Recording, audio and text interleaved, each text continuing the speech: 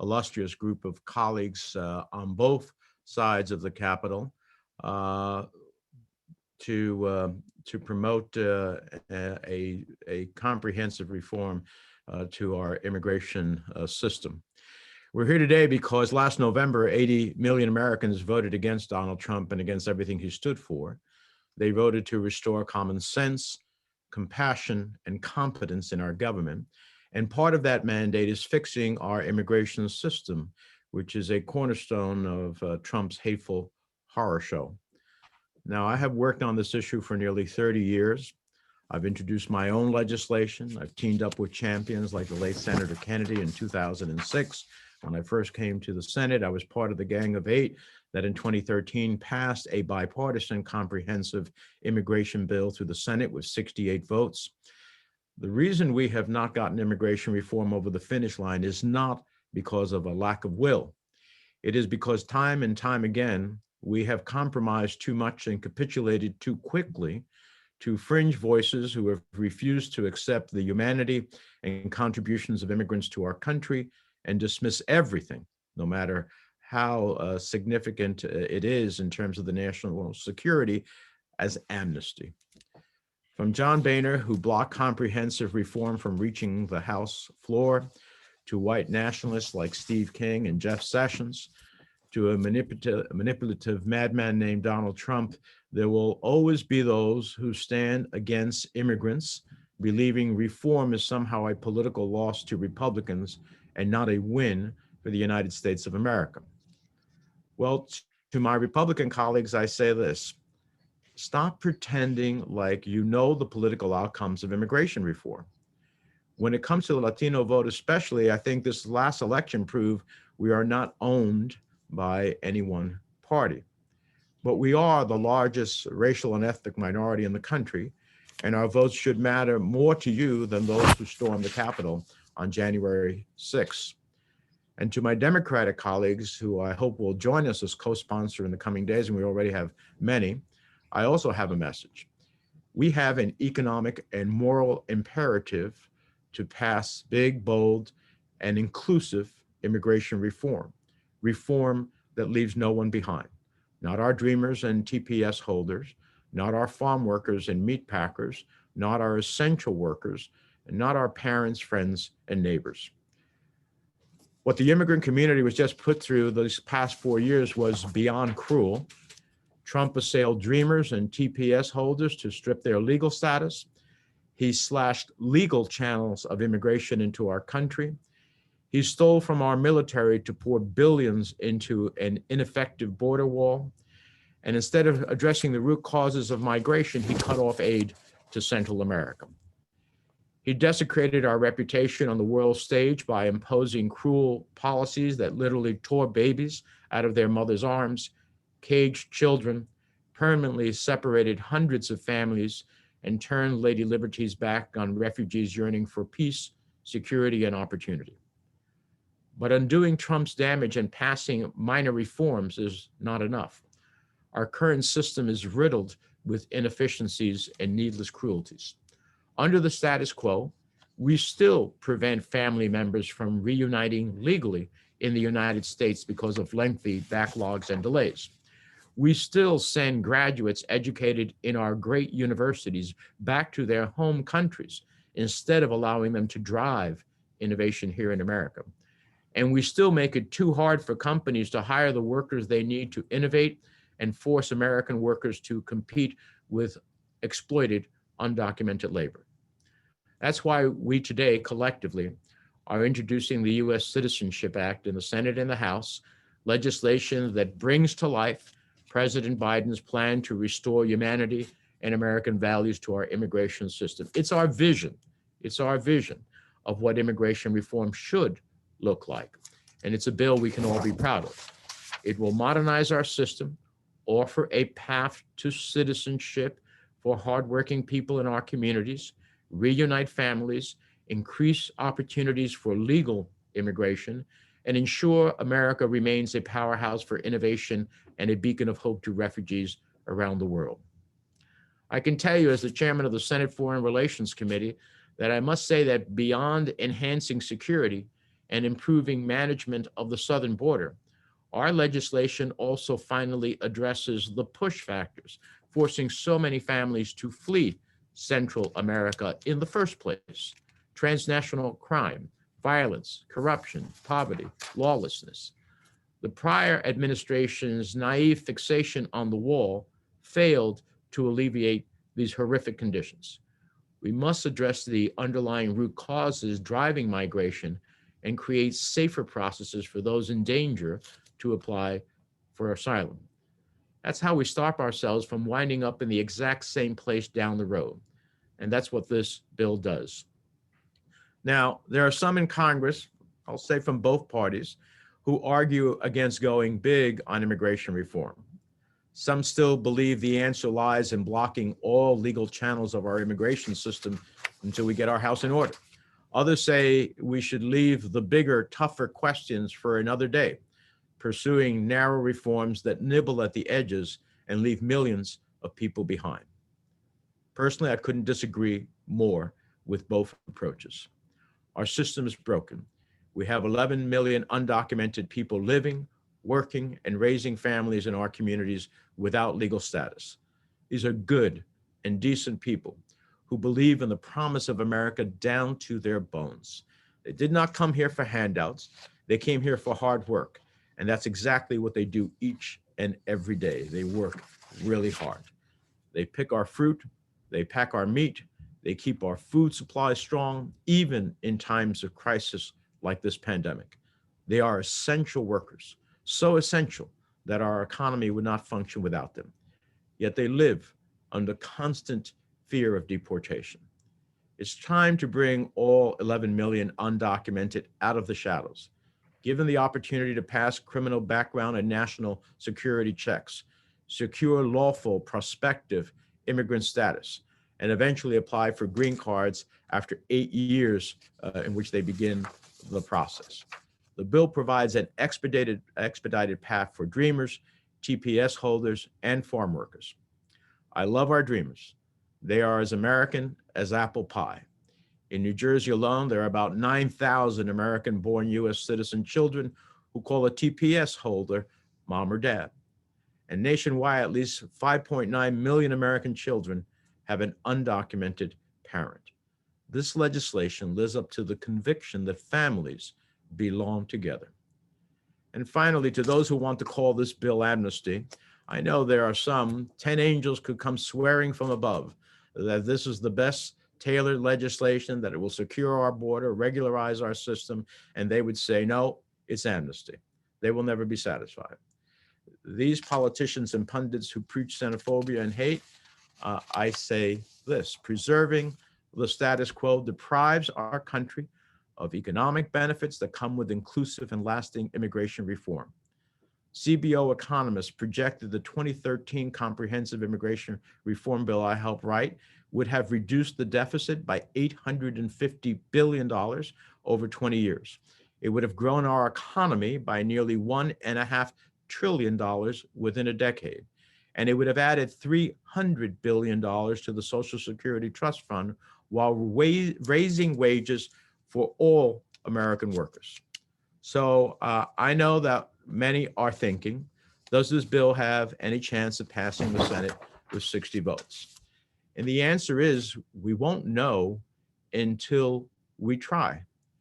We Democrats are putting forward President Biden's vision for immigration reform because we believe it is the right vision for immigration reform. We know the path forward will demand negotiations with others, but we are not going to make concessions out of the gate. We're not going to start with 2 million undocumented people instead of 11 million. We will never win an argument that we don't have the courage to make. We will do the righteous thing and make our case for bold, inclusive, and lasting immigration reform.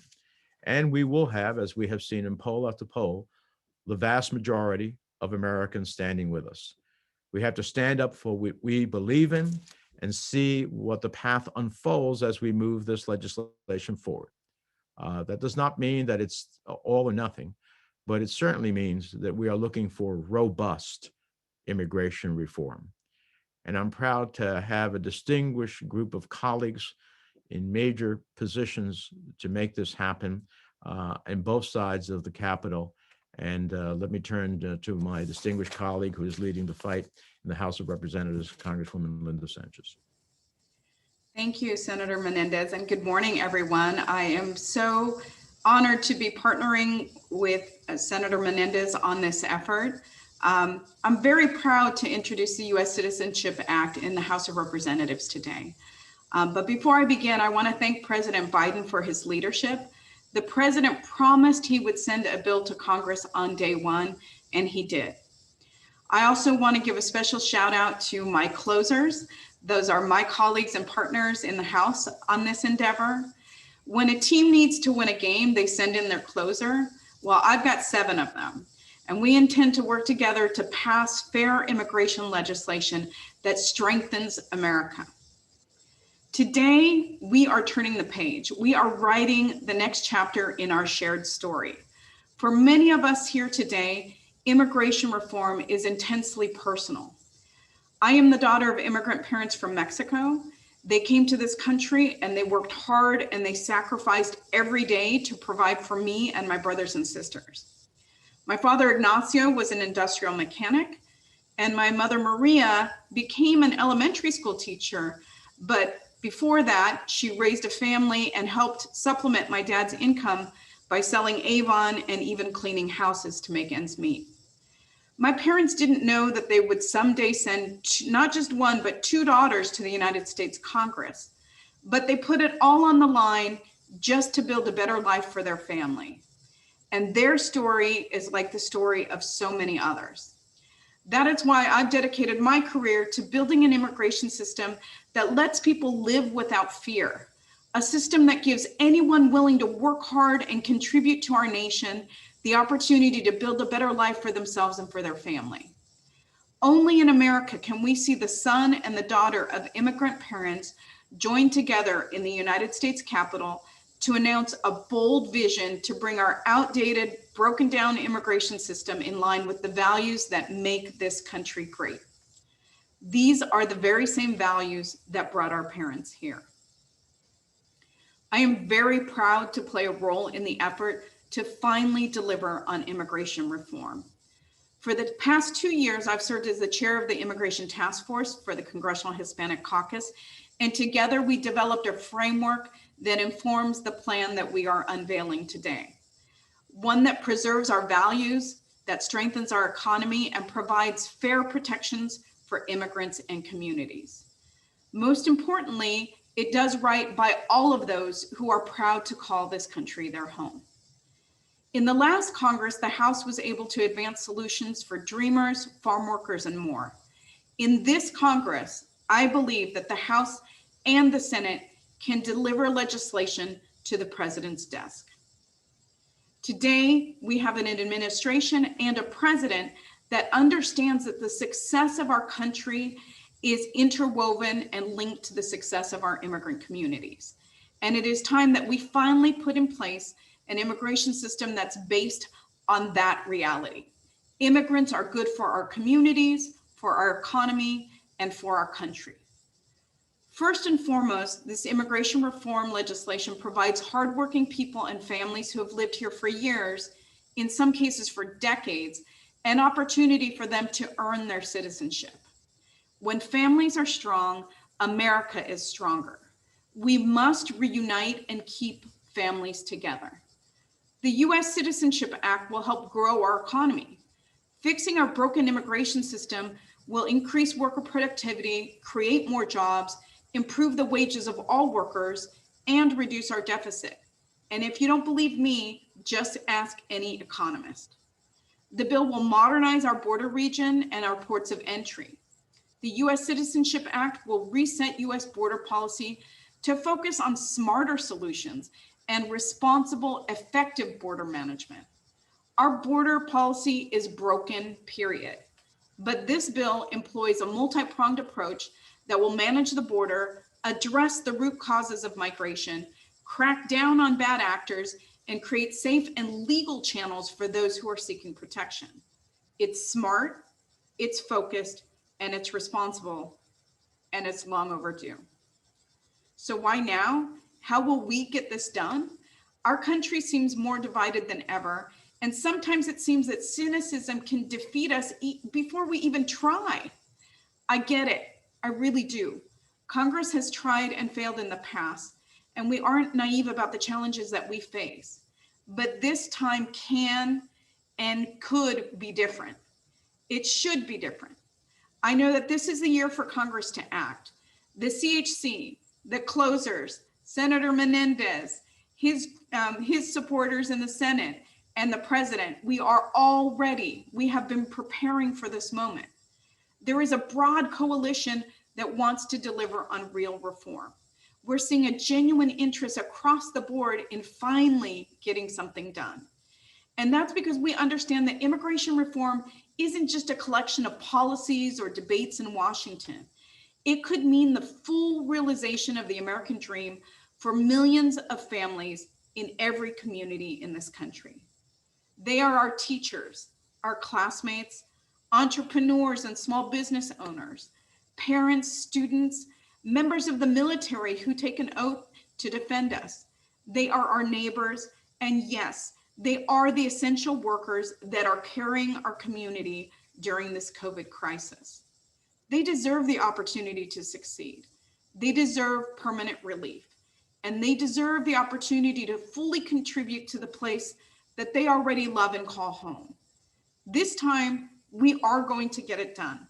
The next chapter of our shared story is really just beginning. And I want to thank again everybody who is here supporting the president's vision for finally fixing what is long overdue. Thank you so much. And with that, I will turn it back over to Senator Menendez. Hi, everyone. This is Robert from Senator Menendez's office. So our next speaker will be Senator Padilla from California. Thank you, Robert. Thank you, Senator Menendez, Representative Sanchez, and all of our colleagues that are part of this a big, important announcement today. For too long, our immigration system has failed to live up to the ideals and the principles that our nation was founded on. And so, yes, it is time to enact bold, robust immigration reform that meets the urgency of the moment, the urgency that this moment demands, and that millions of hardworking immigrants have earned. As the son of immigrants as well, my parents are from Mexico, I am proud to join Senator Menendez and all the co-sponsors on this legislation to restore humanity to our immigration system and give everyone a shot at achieving the American dream. Es un honor ser parte de este esfuerzo para restaurar la humanidad y los valores estadounidenses a nuestro sistema migratorio. Como hijo de inmigrantes de México, yo sé lo importante que es y la urgencia que se necesita para lograr esta reforma migratoria. Tenemos que asegurar que el sueño americano sea accesible para todos. Y este propuesto les ofrece a personas trabajadoras quienes enriquecen nuestras comunidades y han vivido en los Estados Unidos por años, sino décadas, una oportunidad de finalmente obtener su ciudadanía. A lot of work in the days, weeks, and months ahead. Honored to be part of this effort. Thank you, Senator Menendez. Thank you, Senator Padilla. And next, it's Senator Klobuchar from Minnesota. Thank you. And thank you so much to Senator Menendez for his longtime leadership. This is an incredible effort. And also Representative Sanchez, my friend, and Senator Padilla, as well as all the other sponsors. So I wouldn't be here if we didn't have some compassion in our immigration laws. One of my grandparents came over. They'd had the limit on immigrants of his type. He said he was going to Canada, and he mysteriously appeared in Wisconsin shortly thereafter. When the immigration authorities caught up with him long after he was married to my grandma and had my mom and her brother, he had to have a hearing. And back then they said, you can stay, we're giving you his citizenship. And in my box of my favorite possessions is a picture of him with his little bow tie smiling the day he got his citizenship. And I think everyone in our country deserves that kind of treatment. And when I think about Linda's words about why this is different this time, I would lead with the fact that we have a president that put this in right away at the beginning of his term. That while President Bush tried valiantly to get this done, I was part of that group when I first got to the Senate with Senator Kennedy, and we met and we worked, and we were just not able to pass it through the Senate, despite President Bush's strong support. Then when President Obama came in, I was part of the Judiciary Committee, and we did pass that bill through the Senate, but again, it was in his second term.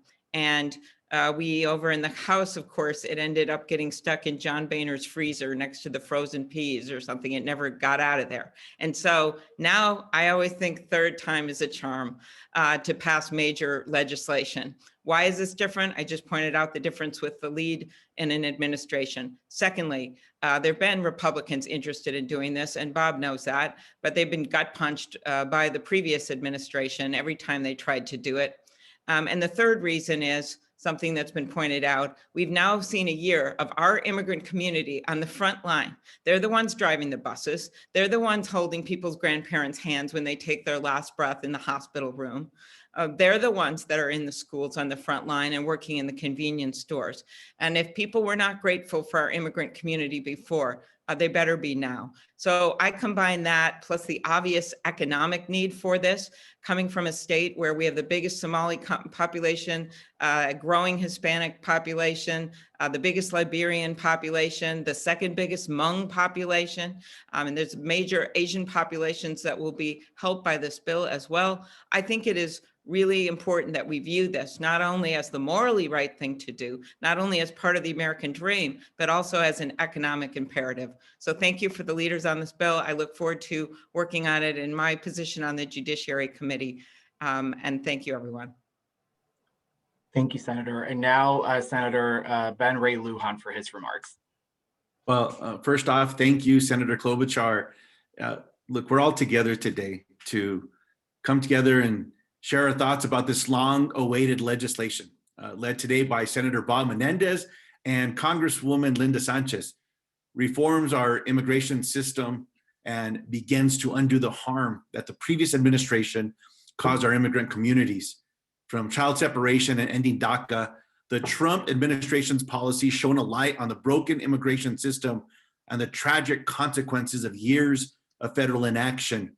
While President Biden has already taken important steps towards addressing the harm done to immigrant communities by reinstating DACA, ending the bigoted Muslim ban, and stopping the construction of President Trump's ineffective wall, only Congress can take permanent action to bring America's immigration policies into the 21st century.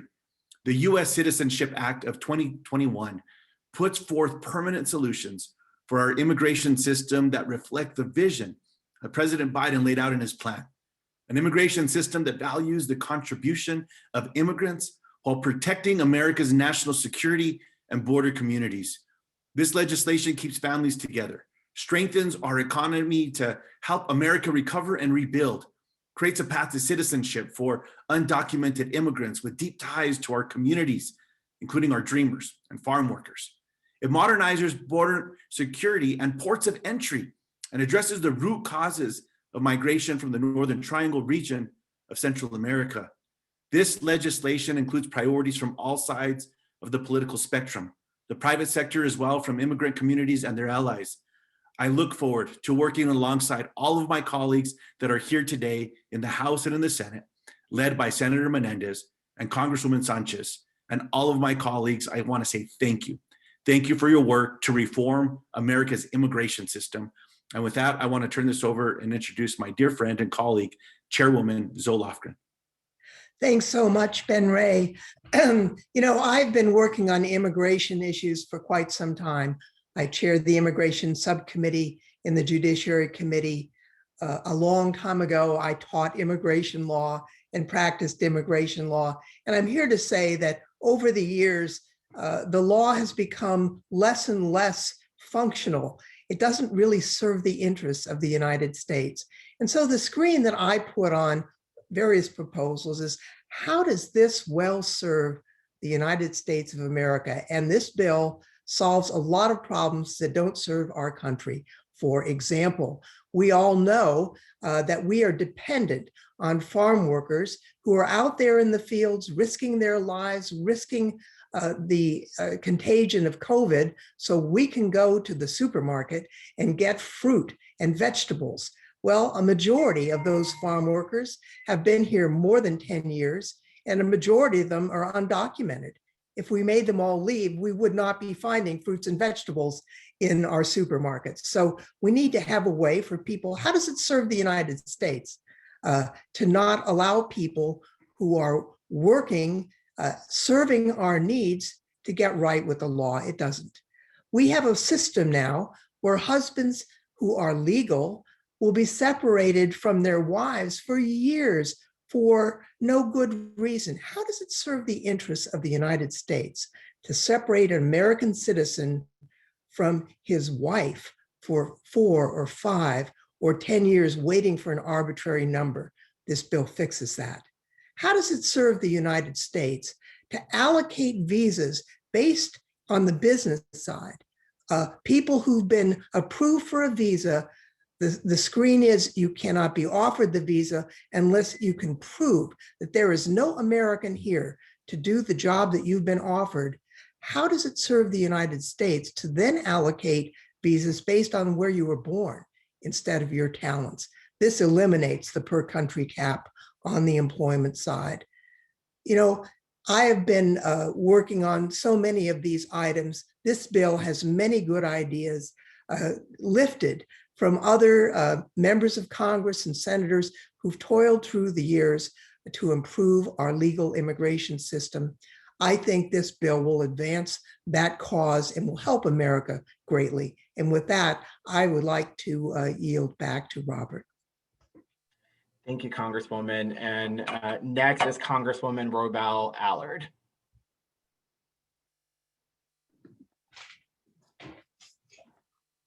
First of all, I just want to say thank you, President Biden, for making immigration reform a top priority. I am so pleased to join my colleagues in the introduction of President Biden's U.S. Citizenship Act of 2021.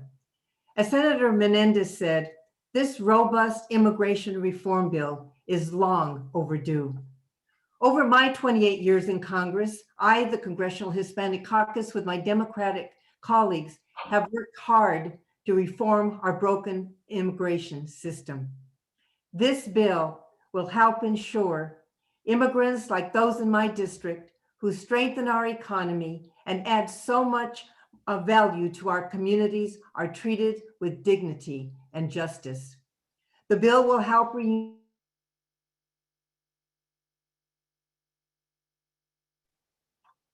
Congresswoman, you unite are frozen. families to our nation, including those serving in our armed forces and those who are the essential workers on the front lines battling the COVID-19 pandemic.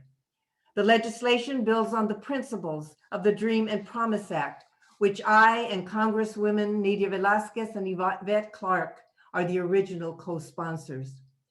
With the largest number of DACA recipients in my district, I'm pleased the bill improves on the DREAM Act by expediting a pathway to citizenship for all DACA eligible youth, as well as TPS and DED recipients. I look forward to working with my colleagues and the Biden administration to pass the U.S. Citizenship Act of 2021 into law. Unas pocas palabras en español. Es un placer poder presentar esta reforma migratoria que ayudará a garantizar que inmigrantes como muchos de mi distrito sean tratados con dignidad y justicia. It is now my pleasure to turn it over to a great leader,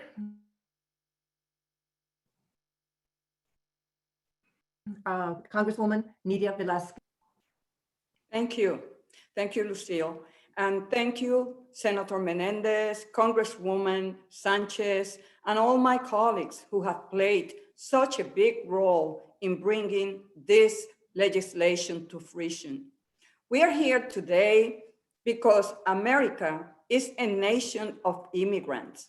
It was Robert Kennedy who said, and I quote, "Our attitude towards immigration reflects our faith in the American ideal." For too long, a broken immigration system has failed so many who come to America seeking a better life. And over the last 4 years, xenophobia and hatred coming from the highest office in our land led to cruel policies like tearing children apart from their parents at the border. Well, today we are here to turn the page on that dark chapter, to finally make headwinds in the decades-long battle for humane immigration reform. The U.S. Citizenship Act will provide enhanced pathways to citizenship, keep families together, grow our economy, and support asylum seekers. By expanding access to citizenship, we can grow our GDP by over $1 trillion in the next 10 years. I am proud to stand alongside this powerful group of Congresswomen as one of the closest, and I am ready to get this bill passed in Congress. Le quiero dar las gracias al presidente Biden por cumplir y honrar su promesa de campaña de traer legislación para reformar nuestro sistema migratorio en los primeros 100 días. Y yo me honro a unirme al presidente, como también al senador Bob Menendez y a la congresista Linda Sánchez para trabajar duro y hacer una realidad, un compromiso de humanidad y de compasión que siempre ha caracterizado a los Estados Unidos de América. Gracias. And now let me turn it over to a great leader from California, Congresswoman Judy Chu. Thank you. And I'm so thrilled to be here today as one of the closers for this crucial and historic bill to modernize our immigration system. The U.S. Citizenship Act is a fulfillment of the Biden-Harris administration's day one promise, and it's one I know can make it through Congress. It also includes a number of bills that I have authored, like the No Ban Act, which would prevent future administrations from banning groups of people based on religion ever again through executive orders like the Muslim travel ban. The package puts families first by including provisions from my bill, the Reuniting Families Act. You see, there are currently over 4 million people in the family immigration backlog waiting to reunite with loved ones, 40% of whom are Asian American and Pacific Islander. This bill helps by reducing visa backlogs and expanding the definition of family to include more members. Finally, by including the POWER Act, which I introduced, this bill will protect immigrant workers, including the significant numbers in frontline jobs fighting the COVID-19 pandemic, by protecting immigrants who report unfair labor practices from deportation. By putting families and workers first, we will ensure a strong economy. I look forward to working with my fellow closers here today to move this legislation in the House. And now I turn the podium back to Robert Julian. Thank you, Congresswoman. And now the CHC Chairman, Raul Ruiz, will deliver his remarks. Thank you, Senator Menendez and Congresswoman Linda Sanchez, for your leadership. I want to thank President Biden for keeping his promise and making immigration reform a priority. For far too long, our country has suffered from a broken immigration system. It is past time that we fix it.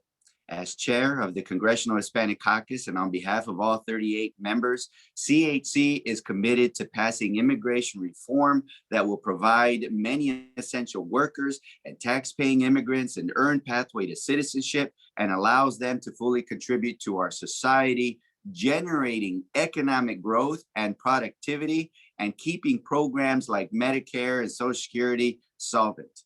Los inmigrantes son una gran parte de nuestra nación y alimentan a nuestro país, cuidan a nuestras familias y nos ayudan a mantener seguros. Es sumamente importante que les proporcionemos un camino ganado hacia la ciudadanía para que puedan continuar contribuyendo a nuestra sociedad. The U.S. Citizenship Act is the immigration reform we absolutely need. It restores humanity to our immigration system, prioritizes keeping families together, and provides 21st century solutions for border security. It is time we meet this moment. Ha llegado el momento. The CHC stands ready to do whatever it takes to pass immigration reform. Thank you, and I'd like to turn it over to Congresswoman Clark. Thank you, Congressman. Good morning, everyone. I'm Congresswoman Yvette D. Clark, and I proudly represent New York's 9th Congressional District, which is Central and South Brooklyn. I'd like to thank President Biden for his enduring commitment to ushering in a 21st century immigration system that centers human dignity at its core. I'd like to thank Senator Menendez, Congresswoman Sanchez, my colleagues in Congress for your leadership in this moment, and members of the press for coming together for this historic moment. As the daughter of Jamaican immigrants, I have a unique familiarity with the need for comprehensive immigration reform. It was not until the passage of the Immigration and Nationality Act of 1965 that immigrants from predominantly Black countries could freely, without facing blatant discriminatory quotas, immigrate to the United States. In fact, I believe that my parents who immigrated to the United States in the 1950s were only able to immigrate to America because they held British passports, as Jamaica was under British control at the time. They came as foreign students and were permitted to adjust their status to permanent residence, enabling them to pursue their American dream. However, today has been nothing short of an American nightmare for many Black immigrants. That's the reality. Yet, in the face of the cruelty of the Trump administration, they remain hopeful. Our immigration system, which was last updated 30 years ago, is broken, full stop. We want our immigration system to be orderly, fair, and just. And this bill does just that. As chair of the Congressional Caucus's Immigration Task Force, the Congressional Black Caucus's Immigration Task Force, I have seen the glaring inequities, blatant racism, vicious xenophobia, and civil rights violations that immigrants face, particularly in immigrant communities of African descent. Donald Trump's administration exacerbated an already naive immigration strategy that continues to dehumanize and divide. However, this is not just a moral issue, it is an economic one as well. If COVID-19 has taught us nothing, essential workers are the lifeblood of our economy. They risked their lives during a global pandemic to serve, support, and protect American communities. We rely on them during this crisis, and it's time to give them a way out of the shadows. This bill, the Biden-Harris administration's vision for fixing our immigration system once and for all, and only Congress can provide immigrants with a path to citizenship. The 11 million, whether they be undocumented, dreamers, TPS, or DED recipients, deserve swift, humane, and comprehensive action on their behalf. And I will not relent until our immigration system reflects a modern and equitable approach to this issue. In the immortal words of my dear friend and colleague, the late, great John Lewis, if not us, then who? If not now, then when? I'm proud to co-lead as a closer this momentous legislation, Together, we will build this great nation, and together we will heal this great nation. And having said that, I'm going to now turn the podium over to the immediate past chair of the Congressional Black Caucus, former Speaker of the Assembly in the great state of California, the Honorable Karen Bass. Good morning, everyone, and thank you, Representative Clark. I am very proud to be here today and to call myself one of the closers. We are going to get this bill on the president's desk, and what a difference an election makes. After enduring 5 years of daily attacks against immigrants, we are putting forward the U.S. Citizenship Act. Over the last 4 years, we all witnessed horrific immigration policies, from the state-sanctioned, state-sponsored child abuse of family separation, leaving kids in cages and parents deported without any way of reuniting with their children. And I have believed that we don't know where many of these children are to this day. To refugees from as far away as Cameroon and countries in Western Africa who are forced to languish in Mexico because the United States government brazenly violated international asylum laws. In the House, I chair the subcommittee on Africa. And because of the conflicts in Cameroon, Cameroonians fly to Ecuador. And from Ecuador, South America, they walk to the border of the United States. In November of 2019, I led a delegation to the border and chaired a congressional field hearing to examine the treatment of African migrants. In a word, it was humane. I heard from people, again, who had walked hundreds of miles to escape oppression, only to languish in a country where they didn't speak the language, either Spanish or English, trying to come across, and we refuse to abide by international asylum laws. This bill will help the people that we met and so much more. This bill addresses some of the root causes of migration and prioritizes smart border controls. I'm particularly excited that in this legislation, we increase the numbers of diversity visas. Diversity visas, which were started many years ago, primarily for European immigrants, now is the primary way that immigrants from Africa are able to come to the United States. So I hope that my colleagues in the House and in the Senate join in co-sponsoring and voting for this bill. And finally, we restore our reputation around the world, because it has been an embarrassment the way we have treated people, what the message that has sent to people around the world. Thank you very much, and I am honored to be a part of the closers. I want to thank President Biden. I want to thank Senator Menendez and Representative Sanchez for your leadership. We got to get this done. Thank you so much, Congresswoman. This is Robert from Senator Menendez's office. So a couple of ground rules for the Q&A section. If you can please write your questions in the chat function.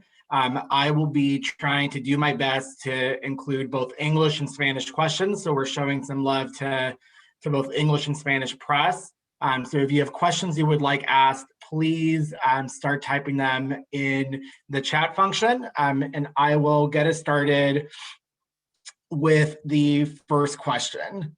So the first question is will be in Spanish, and it's asking, hemos visto mucha división, a pesar de esto, ¿ha recibido el apoyo de algún republicano?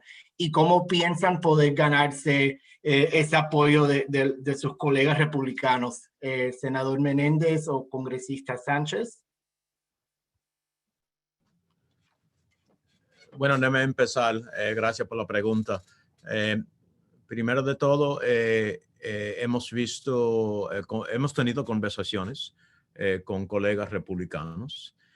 Varios de ellos tienen intereses de elementos de la ley, y parte de la negociación va a ser, bueno, si por ejemplo, si estás interesado en los obreros agrícolas, tienes que agregar su voto para otros que también queremos legalizar.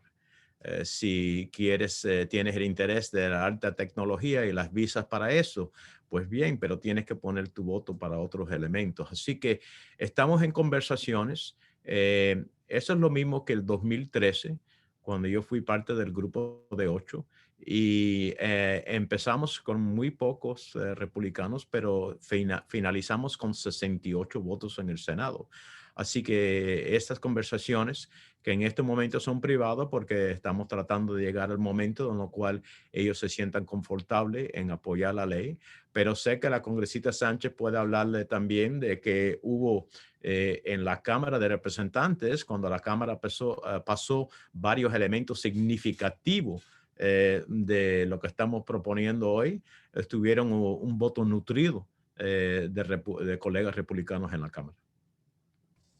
Thank you so much, Senator. And Congresswoman Ted Hansen also has that same question in English. So if you want to address it for our English press as well, that would be wonderful. Sure, I'll take a stab at that in English. So clearly, I think the American people and members of Congress and the Senate recognize that the status quo is just not sustainable. Our immigration system is broken. And there have been attempts over the years to try to tackle that. But I think this time there are circumstances that make this possible. And that is, we have a president and an administration that is willing to put political muscle behind making sure that we can get this across the finish line.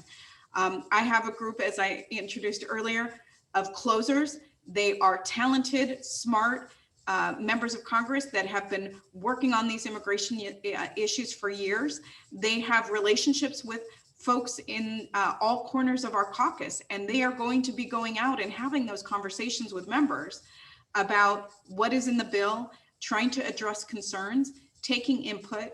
And of course, the bill introduction today is the starting point. It's the president's vision. We all know that when you introduce a bill, oftentimes the end result is not exactly the starting result. So there will be opportunities for us to talk with our Republican colleagues and educate them about what is in the bill, address concerns, and modify. But we are confident that we can get this done. The American people support this. It's long overdue. Millions have been waiting for relief, and it will be a tremendous benefit to our economy and our country in the long run when we get this bill through. So we are all working doggedly, determinedly to make sure that this happens. It is different this time. I feel the excitement. I feel the sense of possibility. And it's just a matter of working with our colleagues to get it across the finish line. Great, thank you, Congresswoman. So the next question is regarding the crisis of migrant deaths at the southern Arizona border and just the border in general. This bill provides several provisions on addressing the root causes of migration. It also includes a provision on rescue beacons as one mechanism to best address the on-the-ground measure. How did you go about deciding on some of these pieces that are included in the bill? If either one of you would like to take a stab at answering that question. Well, I would just say that this is a very common sense vision that the president has for how we improve our broken immigration system. And he identifies certain, certain concerns that need to be addressed, that our humanity compels us to address. Obviously, the deaths at the border, the rescue beacons are an important part of that, but so is, professional training for CBP and having, medical training, having humanitarian standards for those that are detained, particularly for children and vulnerable populations.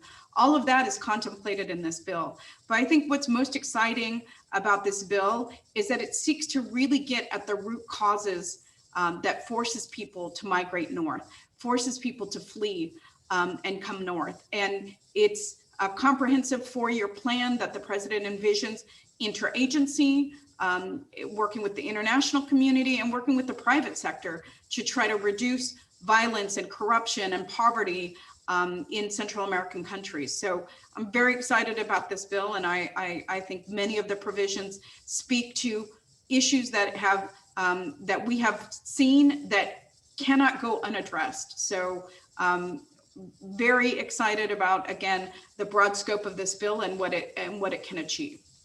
Robert, let me add to the Congresswoman's remarks on this. And then also I would say that we should invite our other colleagues if they feel that they want to join in any of the answers, that they should be welcome to do so.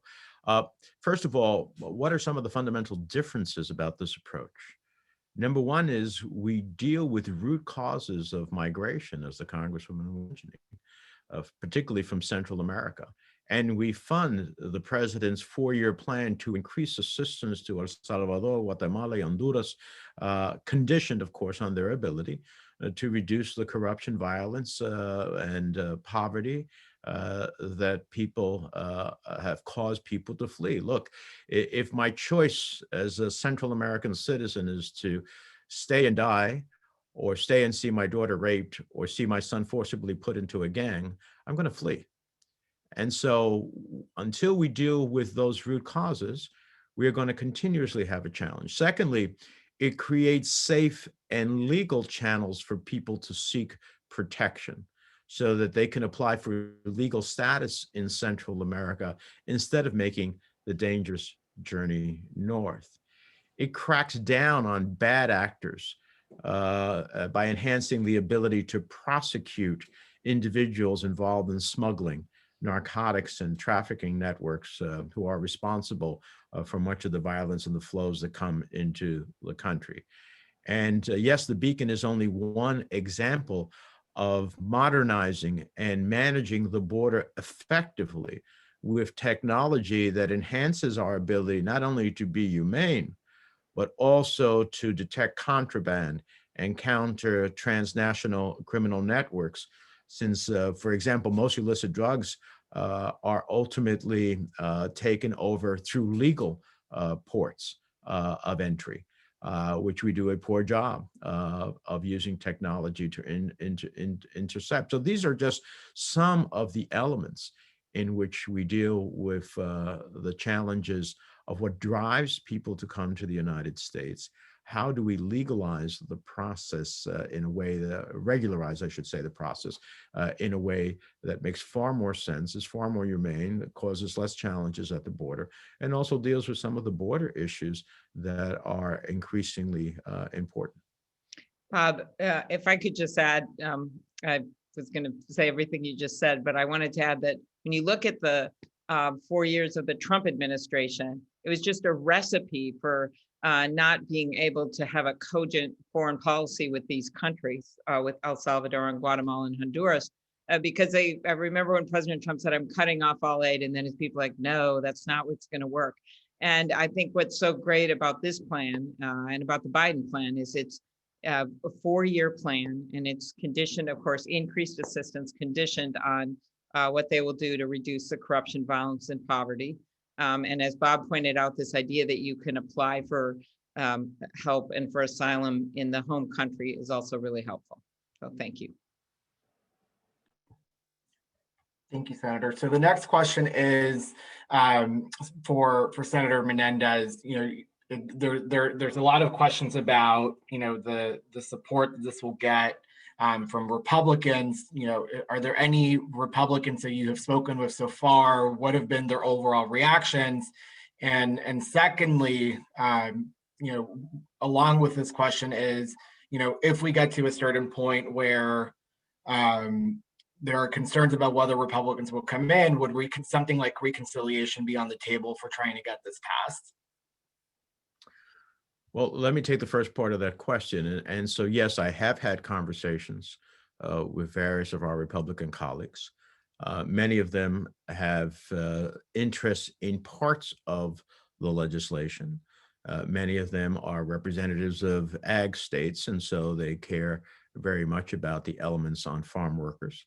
Others come from high-tech areas, so they care very much about the visa opportunities, like the ones I mentioned in my comments about somebody graduating from one of our great universities, particularly in the STEM fields, and being able to automatically qualify to stay in the United States to do critical work to continue us at the apex of the curve of intellect and innovation. Others are interested with reference to other forms of reform, particularly, so, for example, seafood industry, poultry, meat packing. So the question for them is, yes, you want that part, but what are you willing to join in order to get that with other elements that are needed for some broader reform? And so those are the conversations that are going on. Of course, dreamers always bring, it's the motherhood and apple pie of immigration reforms. It brings a lot of people to that. So these are all conversations working towards understanding and putting the pieces of a puzzle together as to what we can do, so that hopefully we can get to the point that we got in, the last time we did reform in 2013, it got us 68 votes in the Senate. Now, it's not going to be easy. We recognize that, which goes to the second part of the question. So I think that what we are all saying, we are holding the vision of what immigration reform should look like in this legislation. It's President Biden's vision. It's a vision that we share and that we want to make as robustly as possible into reality. But what we are looking for is robust reform at the end of the day. We want to make sure that we maximize the ability of finding pathways for people to make themselves right with the law, to go through a criminal background check, to pay their taxes, to do what is necessary to earn their way towards the possibility of permanent residency, and then later on towards citizenship. So if there are moving vehicles where parts of this can happen, I think all of us would certainly say we want to see, us attach significant elements to a moving vehicle that can make it happen. If we can get certain elements of this standing up and passed individually, both in the House and the Senate, that's great. If there are challenges to other parts of this overall vision that can be done possibly through the second reconciliation, it's something that many of us have already raised. And while it would be a question of first impression in terms of reconciliation, I think there may be strong arguments to make that obviously has very significant budget effects. So we are not foreclosing, and I'll let Congresswoman Sanchez, who's leading this in the House with her colleagues, speak to their process, but we are not foreclosing any pathway into which we can achieve robust immigration reform. I guess I would just add really briefly that we are pursuing a all of the above strategy, if you will. All options are on the table, and we hope to pass robust immigration reform, but there are other great immigration bills that we also will be taking up and hopefully passing as well. So we think that there is increased ability to get real reform done, the more vehicles that we pass and move forward. So we are, pursuing robust immigration reform and including everything, all pieces, everything together. So, but our focus is most definitely on the U.S. Citizenship Act moving forward today. Also, Senator Durbin is now chairing the Judiciary Committee, and so it will be a lot easier to get hearings. And as you know, he's been a longtime advocate for immigration reform, and Senator Grassley supported the last bill that we've been talking about. And I'm not naive about our issues with some of the Republicans on the Judiciary Committee. We've got quite a group on there, but at the same time, we do have some people on there who have supported portions of this in the past. And one more caveat to Senator Klobuchar, Senator Padilla is the chair of the Immigration Subcommittee. That is exactly right. Thank you, Bob. And we're proud to have him as a new member. So I think we have time for just one more question, and ideally if we can get parts of this answered in both English and Spanish. So the question is, are you willing to include border security enhancements or other Republican demands into this legislation? What would be off the table or unacceptable? Ideally, if we can provide a response in both English and Spanish, that would be greatly helpful for our friends in the Spanish press corps. I'll attempt in English if Bob will follow in Spanish. So this bill does contemplate investments at all of our ports of entry because contraband and smuggling occurs not just along the southern border, but we need smarter processes, more effective technology for making sure that we are keeping things out of the country that we do not want in the country.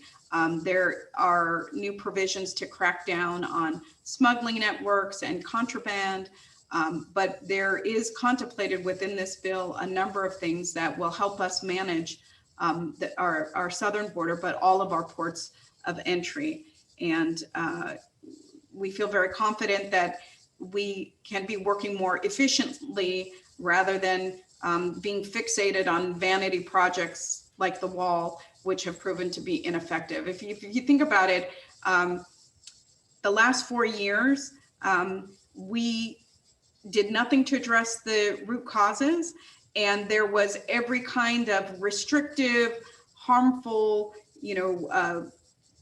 border fixated policies pursued by the Trump administration, and none of it has worked. None of it has worked. So we have a chance to be very thoughtful here and to really utilize better, more efficient tools at our disposal to make sure that we're managing our border and doing it in a safe way, but in a humane way as well. Well, let me add first a little bit in English and then I'll say in Spanish. Look, the President of the United States spent 36 years in the United States Senate. I think he has a sense of what it takes to negotiate at the end of the day. So I agree with the Congresswoman. We have significant border elements here, both in technology and border crossings. And, the reality is that we already have more money being spent on Border Patrol than the combination of all other federal law enforcement agencies put together. So we start with the recognition that over the last 4 years, there's been an enormous number of resources at the border. And so if you take that into account and you take the type of technology efforts we are talking about and the prosecution of bad actors in a more vigorous way, I think it deals a lot with the border security. But we are always willing to listen to what our colleagues have to say in order to get to the prize goal. Of course, the more you ask for, the more you got to give. And so we want to see a robust, movement towards those 11 million. Now, very briefly in Spanish. Sí, estamos dispuestos de negociar. El presidente de los Estados Unidos se pasó 36 años en el Senado de los Estados Unidos, sabe lo que es necesario para negociar, para finalmente conseguir los 60 votos como mínimo que hace falta en el Senado de los Estados Unidos. Pero empezamos con el reconocimiento de que hemos hecho mucho en esta ley. En primer lugar, para enfocarnos en la seguridad de la frontera, ayuda tecnológica que no se ha usado. La realidad es que hay más patrulleros fronterizos que en cualquier otro tiempo en nuestra historia. Por cierto, todos los recursos que se ponen en el presupuesto de la patrulla fronteriza es más que todos los cuerpos policíacos federales en su presupuesto. Así que es muy significativo. Ahora, la realidad es que también en esta ley que proponemos, empezamos con las causas reales de la violencia en Centroamérica. Ponemos los fondos necesarios que el presidente ha llamado para tener un plan de 4 años para estabilizar Centroamérica, para que primero de todo las personas no tienen que huir a los Estados Unidos. Número 2, creamos canales legales y seguros donde las personas pueden aplicar en sus países para que no tengan que llevarse el viaje al norte, un viaje que es muy inseguro, es peligroso, sin tener la seguridad de que van a ser aceptados. Número 3, tenemos una serie de secciones de la ley que fortalece los esfuerzos de ir en contra de las maras, los narcotraficantes, los coyotes y lo demás, que es de suma importancia. Número 4, como ya he dicho, manejamos la frontera en una forma mucho más eficaz, incluyendo de que la realidad es que la mayoría de los narcotráficos que vienen a los Estados Unidos viene por cruzamientos legales y que actualmente no estamos haciendo lo necesario para realizar eso.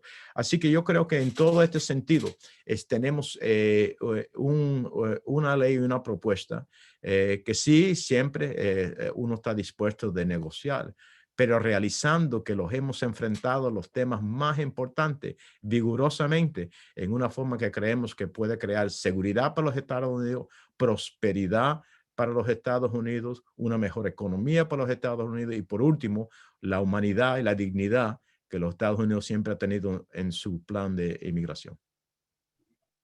Thank you, Senator. So with that, that's all the time we have for questions for now. Luckily, a lot of the reporters had a lot of similar questions that we've been able to get to. And to be the bearer of good news, which I know is the question everyone wants answered, is when are you getting the bill text? So both Congresswoman Sanchez's office and our office, we are aiming to send the press release with the bill text for both the House and Senate versions by around 1 p.m. We will also include a link to the full recording of this presser, especially for our friends on TV who may need to clip and use for different packages and coverage. Thank you all so much for being here, and let's get this done. Bye, everybody. Let's do it. Let's do it. All right. It's our time. It's our time. All right.